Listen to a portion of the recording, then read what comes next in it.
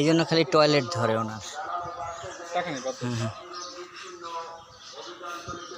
তোমাদেরকে টাকা দেওয়া লাগে কেন? সাবান নাই, কোনো ওইটা নাই, তারপরে তোমরা চাচ্ছ খালি ব্যাপার স্যাপার কি? হ্যাঁ হ্যাঁ, এটা নিচ্ছি আমি।